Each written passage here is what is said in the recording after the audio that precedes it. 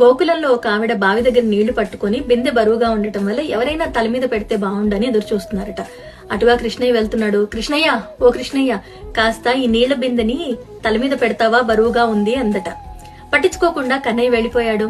ఆవిడ కష్టపడి ఆ నీళ్ల బిందెని తల మీద పెట్టుకుని ఇల్లు చేరింది. అక్కడ కృష్ణయ్య ఉన్నాడు.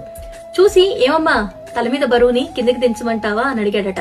ఏంటయ్యా, అక్కడ బరువుగా ఉంది పెట్టు అంటే పెట్టకుండా ఇప్పుడు దించనా అని అడుగుతావేంటి అని ఈవిడ అడిగారట. అప్పుడు కృష్ణయ్య, నేను తల మీద బరువుని పెట్టేవాణ్ణి కాదు, ఉన్న బరువుని దించేవాణ్ణి అన్నాడట. భగవంతుడి మీద నమ్మకం ఉండాలే కాని మనిషి రూపంలోనైనా ఎక్కడైనా దీంట్లో నేను చెప్పాలనుకున్నది వస్తాడు, సాయం అందిస్తాడు. నిందించకుండా ఉంటే చాలు. ఏ టైంలో ఎవరికి ఎలా సహాయపడాలో రాసుంటుంది.